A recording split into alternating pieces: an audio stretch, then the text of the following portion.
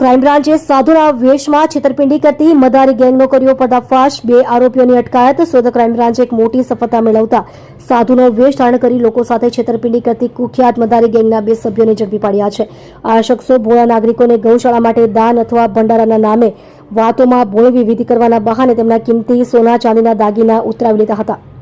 આ ગેંગ એટલી રીઢી છે કે તેમની વિરુદ્ધ ગુજરાત અને મહારાષ્ટ્રના વિવિધ પોલીસ સ્ટેશનોમાં 21થી વધુ ગુનાઓ નોંધાયેલા છે. સાધુનો વેશ ધારણ કરી લોકોને ભોળવતા હતા.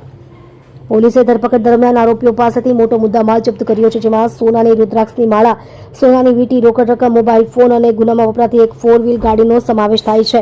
ચોંકાવનારી વાત એ છે કે આરોપીઓ પોતાની ગાડી પર પોલીસ લખેલી પ્લેટ લગાવીને ફરતા હતા, જેથી રસ્તામાં તેમને કોઈ અટકાવી નહીં શકે. પોલીસે કુલ ₹8,71,780 નો મુદ્દામાલ કબજે કરી કાયદેસરની કાર્યવાહી હાથ ધરી છે. પોલીસે આરોપીઓને ઝડપી વધુ તપાસ હાથ ધરી. આ ગેંગ મુખ્યત્વે એકલવાયા વૃદ્ધો અથવા ધાર્મિક વ્યક્તિઓને નિશાન બનાવતી હતી.